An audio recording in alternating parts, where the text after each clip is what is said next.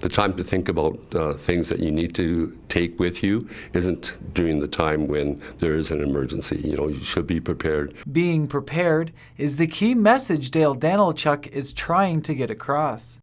A 72-hour kit will ensure just that. Having a well-stocked, portable, and easy-to-find emergency kit will help make sure that you have the basic supplies to keep you and your family safe, no matter where you are. Let's talk about what goes into that kit.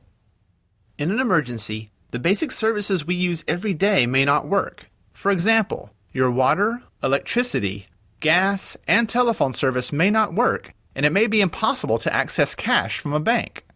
When these services are not available, an emergency kit can provide the basic necessities. For example, we all need water. The rule of thumb is 2 liters per person per day for 72 hours, or 3 days. It's a good idea to use small bottles that can be carried easily. Of course, we also need food. Because your kit needs to be ready at all times, use food that won't spoil, like canned goods, energy bars, or dried food that can be stored longer. If needed, baby formula and pet food may be a good idea. And remember a manual can opener to open those cans. So now your kit has a good start: food and water. What else? Well, it's dark and there's no electricity. A flashlight and radio will be handy to see where you're going and help you stay informed. These both need power, so pack extra batteries. Or even better, buy the type that can be powered manually with a crank. Cordless phones don't work when there's no electricity. Consider including a phone with a cord, too. Of course, an emergency kit wouldn't be complete without a first aid kit with the basics like bandages, antiseptic, and pain relievers.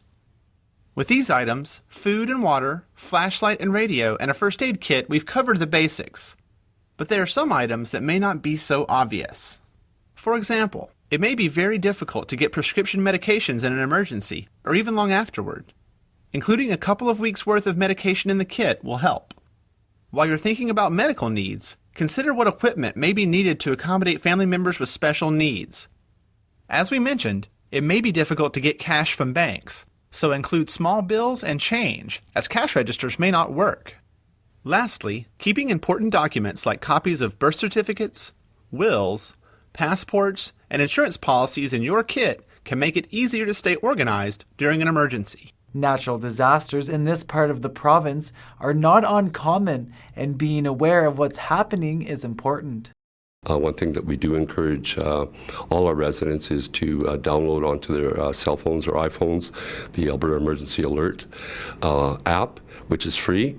And in the event that there is an emergency, then information will come through their phone and through social media and things like that, where it would instruct the citizens to know what to do in the event. For more information on how you can be prepared, visit www.getprepared.ca. For Go on Shaw TV, I'm Jonathan Gignard.